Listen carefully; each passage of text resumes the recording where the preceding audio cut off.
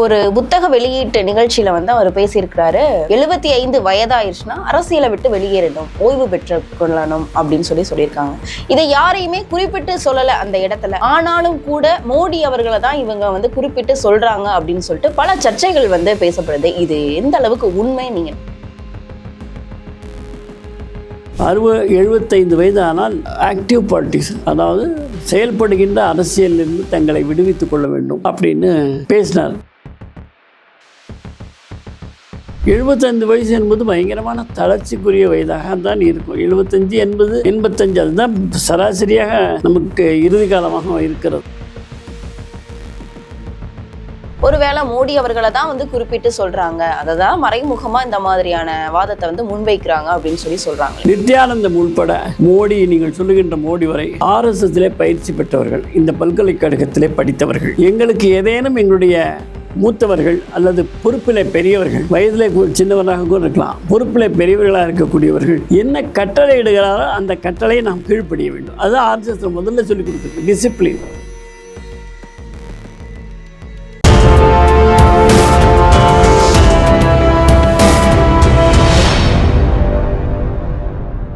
You Tamil நேயர்களுக்கு வணக்கம். நான் உங்கள் பிருந்தா சங்கர். இன்று நம்மோடு சிறப்பு விருந்தினராக இணைந்திருப்பது அரசியல் விமர்சகர் டாக்டர் நித்யானந்தன் அவர்கள். வணக்கம். வணக்கம். யூ தமிழ் நேயர்களுக்கு என்னுடைய பணிவான வணக்கத்தை தெரிவித்துக் கொள்கிறேன். சார், இப்போ 2-3 நாட்களாகவே இப்போ RSS தலைவர் மோகன் பகவத் அவர்கள் பேசியது அரசியல் வட்டாரத்தில் பெரிய ஒரு சலசலப்பை ஏற்படுத்தியிருக்கு அப்படின்னே சொல்லலாம். என்னன்னு பார்த்தீங்க அப்படின்னா, நாக்பூரில் நடைபெற்ற ஒரு புத்தக வெளியீட்டு நிகழ்ச்சியில அவர் பேசியிருக்கிறாரு. 75 வயதாயிருச்சுன்னா அரசியலை விட்டு வெளியேறணும், ஓய்வு பெற்று கொள்ளணும் அப்படின்னு சொல்லியிருக்காங்க. இதை யாரையுமே குறிப்பிட்டு சொல்லல அந்த இடத்துல. ஆனாலும் கூட மோடி அவர்களை தான் இவங்க குறிப்பிட்டு சொல்றாங்க அப்படின்னு சொல்லிட்டு பல சர்ச்சைகள் பேசப்படுது. இது எந்த அளவுக்கு உண்மை நீங்க நினைக்கிறீங்க? ஏறத்தாழ ஒரு 5 ஆண்டுகளுக்கு முன்பாக மோகன் பாகவத் அவர்கள், RSSனுடைய அகில இந்திய தலைவர் மானனீய மோகன் பாகவத் அவர்கள் 75 வயது ஆனால் ஆக்டிவ் பார்ட்டிஸ், அதாவது செயல்படுகின்ற அரசியலிலிருந்து தங்களை விடுவித்துக் கொள்ள வேண்டும் அப்படின்னு பேசினார் ஒரு 5 ஆண்டுகளுக்கு முன்பாக. அப்படி பேசும்பொழுது அமித்ஷா அவர்களும் மோடி அவர்களும் அதில் விதிவிலக்கு அப்படின்னு சொன்னார் மானனீய மோகன் பாகவத் அவர்கள். ஆக அமித்ஷாவிற்கும் மோடி அவர்களுக்கும் இதில் விதிவிலக்கு என்று அவர் சொன்னதிலே நாம் ஆழமான கருத்து இருப்பதை உணர வேண்டும். அவ்வப்பொழுது இதை சொல்லிக்கொண்டு தான் இருக்கிறார். ஆனால் எல்லா முறையுமே அமித்ஷாவுக்கும் ஷாவுக்கும் விதிவிலக்கு அப்படின்லாம் அவர் சொல்லிகிட்டே இருக்கல. 75 வயது ஆனால் நம்ம ஆக்டிவ் பாலிட்டிக்ஸ்லேருந்து வித்ட்ரா பண்ணிக்கணும் அப்படிங்கிறது தான் அவருடைய கருத்தாக இருந்தது. இது நாம் கொஞ்சம் உட்கார்ந்து யோசித்தோம்னா, வீட்டில் பெரியவங்க இருந்தாலும் சரி, யாராக இருந்தாலும் சரி, 75 வயது மூப்புடையவர்கள் சுறுசுறுப்பாக இயங்க முடியுமா என்றால் எல்லாராலையும் முடியாது. ஒரு சிலர் 60 வயசுலேயே தளர்ந்து போகிறாங்க. 75 வயசு என்பது பயங்கரமான தளர்ச்சிக்குரிய வயதாக தான் இருக்கும். 75, 80, 85 அதுதான் சராசரியாக நமக்கு இறுதி காலமாக இருக்கிறது. எனவே அவர்களை நாம் தொல்லை செய்யக்கூடாது. அவர்களை தாய் தந்தையருடைய ஸ்தானத்திலே வைத்து அவர்களை பராமரிக்க வேண்டும். அவர்களுடைய அவருடைய அறிவுரைகளை நாம் கேட்க வேண்டும் என்று சொல்லி, அது அப்படித்தான் அத்வானி அவர்களையும் முரளி மனோகர் ஜோஷி அவர்களையும் இவர்களெல்லாம் அந்த வயது 80 அத்வானி அவர்களை பிரதமராக்குவோம் என்று நாட்டு மக்களிடத்திலே நாம் செல்லுகின்ற பொழுது அத்வானிக்கு 80 வயது. அப்பொழுது RSS ஒன்றும் சொல்லலை, நாமளும் ஒன்றும் சொல்லலை. ஆனால் அவரால் முடியலைங்கிறத பார்த்தோம். ஸோ அதனால் கௌரவமாக அவர்களாகவே சொன்ன உடனே சரின்னு சொல்லிட்டாங்க. ஆக வயது மூப்பின் காரணமாக உடல் ஒத்துழைக்காது, சுறுசுறுப்பு இல்லாமல் இருக்கும் என்ற காரணத்திற்காகத்தான் அதனுடைய உட்கருவாக நாம் எடுத்துக்கொள்ள வேண்டும். அந்த வகையிலே தான் மோரோபந்த் பிங்லே அப்படின்னு ஒரு முழுநேர RSSனுடைய பழுத்த RSSவாதி, அவர் ஒரு புத்தகத்தை, அவரை குறித்த ஒரு புத்தகம், அந்த புத்தகத்தை தான் வெளியிட்டார்கள். அவர் ஒரு அதை நினைவு கூறுகின்ற பொழுது மோகன் பாகவத் அவர்கள் சொன்னார்கள், மோரோபந்த் பிங்லே அவர்கள் ஒரு முறை பேசியதுன்னு சொல்லி அவரை அவர் மேற்கோள் காமிச்சார். ஒரு துண்டு அணிவித்தார்கள் மோரபந்த் பிங்லேக்கு. ஏன்னா வயதாகிவிட்டது, அவரால் செயல்பட முடியல, ஓய்வு எடுக்கிறதுக்கு ஏற்பாடு பண்ணியிருந்தாங்க. அப்போது ஒரு துண்டு அணிவித்த உடனே நகைச்சுவையாக பேசுவதிலே மோரபந்த் பிங்லே மிக சிறப்பாக இருக்கக்கூடியவர். அவர் என்ன சொன்னார்னா, ரொம்ப சந்தோஷமாக இருக்குது, எனக்கு ஒரு துண்டு அணிவித்து, ஆர்எஸ்எஸில் இப்படி துண்டு அணிவிக்கிறது மாலை மரியாதை பண்ணுறதெல்லாம் நம்ம கிடையாது, பழக்கம் இல்லை. ஆனால் இப்போ எனக்கு ஒரு துண்டு போட்டிருக்கீங்க, இதுக்கு ஒரு குறிப்பால் உனக்கு வயசாச்சு, உனக்கு ஒரு கௌரவம் கொடுத்து உன்னை உட்கார வைக்கிறோம் அப்படிங்கிற மாதிரி எடுத்துக்கலாமா அப்படிங்கிற மாதிரி ஒரு நகைச்சுவை உணர்வோடு அவர் பேசினார். அதைத்தான் நம்முடைய மோகன் பாகவத் அவர்கள் மேற்கோள் காட்டி பேசினார் இந்த முறை.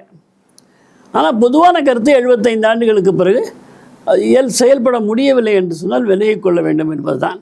தமிழ்நாட்டுக்கு அதெல்லாம் புரியாது. ஏன்னா இங்கே சக்கரை நாற்காலியில் உட்காந்தாவது கடைசி மூச்சு வரை முதலமைச்சராக இருப்போம்னு சொல்கிறதெல்லாம் பார்த்துருக்கோம். அதனால் அது ஒரு புதுசாக தெரியும். 75 வயசில் நம்ம போகிறதுங்குது. இப்போ ரஜினிகாந்த் அவர்களை நாம் எடுத்துக்கொண்டோம் என்று சொன்னால், எடுத்துக்காட்டாக ஒரு படப்பிடிப்புக்காக வெளிநாடு செல்கிறார், அது வேறு எங்காவது செல்கிறார் என்ற விமானத்தில் ஏறுகின்ற பொழுது அந்த படிக்கட்டில் எவ்வளோ வேகமாக ஏறுகிறார், எவ்வளோ வேகமாக இறங்குகிறார், இதெல்லாம் நம்ம நேரில் பார்க்குறோம்.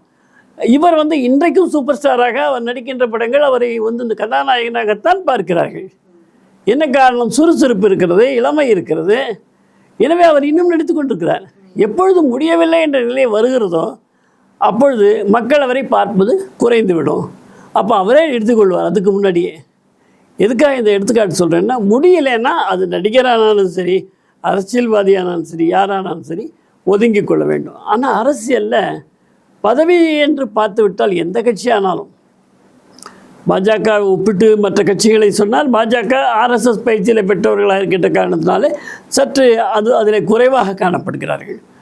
ஆனால் மற்ற கட்சிகள் எல்லாம் ஒரு பதவிக்கு வந்துவிட்டால் அது இறுதி வரை அவர்களிடத்தில் தான் இருக்க வேண்டும். அவர்கள் சென்றால் அவர்களுடைய பின்னால் அவர் மகனோ மகளோ தான் வர வேண்டும் என்ற அளவிலே இந்த நாடு இன்றைக்கு போய்கொண்டிருக்கிறது. இதையெல்லாம் மனதில் வைத்துத்தான் மோகன் பாகவத் அப்படி சொல்லியிருக்கிறார்கள். நீங்கள் எடுத்துக்காட்டுக்காக இன்னொரு சொல்லணும்னா, ஆர்எஸ்எஸில் டாக்டர் ஜி, இந்த டாக்டர் கேசவ பலிராம் ஹெட்கேவார் ஆர்எஸ்எஸ்னுடைய ஸ்தாபகர். அவரை நாங்கள் பரம பூஜனியாக சொல்லுவோம், டாக்டர் ஜின்னு சொல்லுவோம். அவருடைய இந்த 3 நாளாக இந்தியா முழுவதுமே குரு பூஜை விழா நடந்து கொண்டிருக்கிறது. குரு பூஜை விழான்னா உங்களுக்கு தெரியும், சித்ரா பௌர்ணமிக்கு நம்ம குரு பௌர்ணமின்னு சொல்கிறோம். ஆர்எஸ்எஸில் குரு பூஜை விழா 6 ஆண்டுகளிலே 6 விழாக்களிலே ஒரு விழா. அந்த விழா நாடு முழுக்க நடைபெற்று கொண்டிருக்கிறது. ஆர்எஸ்எஸ் நடப்பதற்கான நிதியை அந்த நாள் அன்று மட்டுமே, எப்போவுமே காசு கேட்க மாட்டாங்க, அந்த ஒரு நாளிலே ஒரு காவி கொடி ஏற்றிருக்கும். அந்த காவி கொடிக்கு சமர்ப்பணம் செய்வார்கள். அந்த காவி கொடி தான் நமக்கு குரு. டாக்டர் ஜி அவர்கள் காவி கொடியை குருவாக வைத்தார்கள். அவர் துவக்கிய ஸ்தாபனத்திற்கு அவர் தானே குருவாக இருக்க வேண்டும். எதற்காக காவி கொடியை வைக்கணும்? அப்போ அவரை கேட்கும்போது அவர் சொல்கிறாரு, மனிதனுடைய மனம் இருக்கிறத அது எப்பொழுது மாறும், எப்பொழுது ஒரு மாதிரியாக இருக்கும் என்று சொல்ல முடியாது, யாராக இருந்தாலும். அதனால் எந்த நேரத்திலும் கூட ஒரு மனிதன் தன்னுடைய மனநிலையிலிருந்து மாறி வேறு நிலை எடுக்கலாம். ஆனால் வேள்வியிலிருந்து வரக்கூடிய அந்த நெருப்பு இருக்கிறத, அந்த வேள்வி நெருப்பு அது ஜுவாலை சொல்கிறோம். அது ஆர்எஸ்எஸ்னுடைய கொடி மாதிரி. அதில் தியாகம் மட்டும்தான், அதில் போடக்கூடியதெல்லாம் நெருப்பாக மாறும்போது அது தியாகம், அது தன்னையே எழுந்து தான் அந்த ஜுவாலையை கொடுக்கிறது. அந்த தியாகம் மட்டும்தான் குரு. அது என்றைக்குமே மாறாது. அதனால்தான் அந்த வேள்வியினுடைய நெருப்பின் நிறத்திலே, காவி நிறத்திலே வைத்திருக்கிறார்கள் கொடியை. அதுதான் குரு. அதுக்கு பின்னாலே குருஜி அவர்கள் வந்தார்கள், இறுதி மூச்சு வரை இருந்தார்கள். டாக்டர்ஜி இறுதி வரை இருந்தார்கள். அதற்கு பின்னாலே வந்த பாலா சாஹேப் தேவரசு, ராஜு பையா, சுதர்சன்ஜி போன்ற அகில இந்திய தலைவர்கள் 78 வயது 79 வயதில் தங்களை விடுவித்து கொண்டார்கள். என்ன காரணம் என்று சொல்கின்ற, கடைசி வரைக்கும் அவங்க இருக்கலாம். ஆர்எஸ்எஸில் அப்படி ஒன்றும் சட்டம் கிடையாது வித்ரா பண்ணணுன்ட்டு. ஆனால் அவர்களுக்கு உடல் ஒத்துழைக்கவில்லை. அப்போ வேறு ஒரு தலைவரை நியமித்து அவர்கள் ஒதுங்கி கொண்டார்கள். இந்த எடுத்துக்காட்டை நான் ஏன் சொல்கிறேன்னா, ஆர்எஸ்எஸில் இது இருக்குது. 78, 79, 65, 75 முடியவில்லை என்று சொன்னால் அவர்களாகவே விலகிக் கொள்வார்கள். எல்லாரும் என்ன அவர், அதாவது மோகன் பகவத் சொன்னதுக்கு எல்லாரும் என்ன சொல்றாங்கன்னா, வருகின்ற செப்டம்பர் மாசத்தோட மோடி அவர்களுக்கு 75வது வயது ஆறுமை. ஒருவேளை மோடி அவர்களை தான் குறிப்பிட்டு சொல்றாங்க, அததான் மறைமுகமா இந்த மாதிரியான வாதத்தை முன்வைக்கிறாங்க அப்படின்னு சொல்றாங்களே. நித்யானந்தம் உள்பட மோடி, நீங்கள் சொல்லுகின்ற மோடி வரை ஆர்எஸ்எஸ்லே பயிற்சி பெற்றவர்கள், இந்த பல்கலைக்கழகத்திலே படித்தவர்கள். எங்களுக்கு ஏதேனும் எங்களுடைய மூத்தவர்கள் அல்லது பொறுப்பிலே பெரியவர்கள், வயதிலே சின்னவராக கூட இருக்கலாம், பொறுப்பிலே பெரியவர்களாக இருக்கக்கூடியவர்கள் என்ன கட்டளை இடுகிறாரோ அந்த கட்டளையை நாம் கீழ்ப்படிய வேண்டும். அதுதான் ஆர்எஸ்எஸ் முதல்ல சொல்லிக் கொடுக்குறது, டிசிப்ளின். ஒரு சின்ன பையன் இருப்பான், ஷாக்கா நடத்துவான், தக்ஷா ஆரமா அப்படின்னு ஸ்டாண்டர்ட் இஸ் அட்டென்ஷனில் நிற்கணும். இந்த சின்ன பையன் சொல்கிறது நான் கேட்கணுமான்னு பெரியவங்க நினைக்கக்கூடாது. இதுதான் ஆர்எஸ்எஸ்னுடைய வகுப்பும் பயிற்சியும்.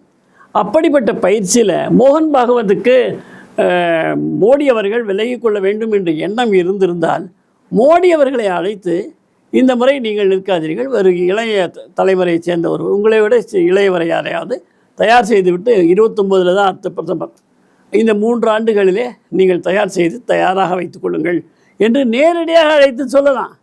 ஏனென்றால் மோடி ஆர்எஸ்எஸில் பயிற்சி பெற்ற பிரச்சாரக், முழு நேர ஊழியர். நேரடியாக சொல்லலாம். மோடியும் கொச்சிக்க மாட்டார், சொல்வதுக்கு தடையும் கிடையாது. அதனால் அவர் மோடியைத்தான் சொன்னார் அப்படிங்கிறத வேணும்னே திரிபுவாதத்தை பேசக்கூடியவர்கள் ஆர்எஸ்எஸுக்கும் பிஜேபிக்கும் ஏதேனும் ஒரு பிளவை உண்டாக்க வேண்டும் என்ற ஒரு தீய எண்ணத்திலே தான் இதை நாடு முழுவதும் பரப்பிக் கொண்டிருக்கிறார். சரிங்க சார், இப்போ மோகன் பகவத் அவர்கள் கூறியது தமிழகத்திற்கும் பொருந்துமா அப்படின்ற கேள்வியும் எழுந்திருக்குது இந்த சமயத்துல.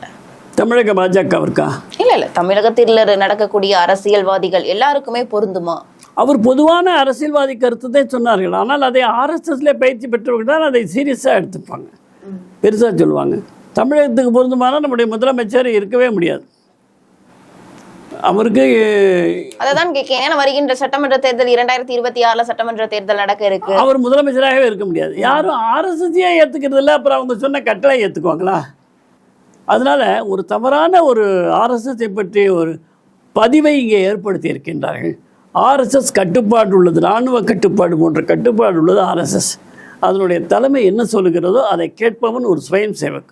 அது எவ்வளவு பெரிய பிரதமராக இருந்தாலும் சரி, ஜனாதிபதியாக இருந்தாலும் சரி, யாராக இருந்தாலும் சரி, அவனுக்கு ஆர்எஸ்எஸ் இருந்து கட்டளை வந்தால் அதை ஏற்றுக்கொள்வான். அவன் தான் ஸ்வயம் சேவக். ஆக ஒரு நல்ல ஸ்வயம் சேவக் மோடி. நாம் நல்ல ஸ்வயம் சேவக் இங்கே இருக்கக்கூடிய நம்முடைய தமிழ்நாட்டு பாஜகவில் பெரும்பாலான தலைவர்கள். நல்ல ஸ்வயம் சேவக் நித்யானந்தம். ஆர்எஸ்எஸ் சொல்வதை நாங்கள் செய்வோம், இதை மாற்றி நாங்கள் செய்ய முடியும். எங்களுக்கு ஆசை இருக்கலாம், வேறு மாதிரி ஆசை இருக்கலாம். ஆனால் கட்டுப்பாடு எங்களுக்கு மேல் அதிகாரி சொல்லிவிட்டார், அதை ஏற்றுக்கொண்டு தான் ஆக வேண்டும். அதுதான் ஆர்எஸ்எஸ்னுடைய வழிமுறை, அதனுடைய கட்டமைப்பே அதுதான். அதை நாம் ஏற்றுக்கொண்டு தான் ஆக வேண்டும். தமிழ்நாட்டில் இருக்கக்கூடிய ஆர்எஸ்எஸ் கூட ஆர்எஸ்எஸ் என்ன சொல்லுகிறார்களோ, தலைமையில் என்ன சொல்கிறார்களோ அதை கேட்பார்கள். அதில் எந்தவித இரண்டு கருத்துக்கு இடம் கிடையாது. கண்டிப்பா சார், அரசியல் ரீதியா இருக்கக்கூடிய பல விவரங்களை எங்களோட பகிர்ந்தமைக்கு நன்றி.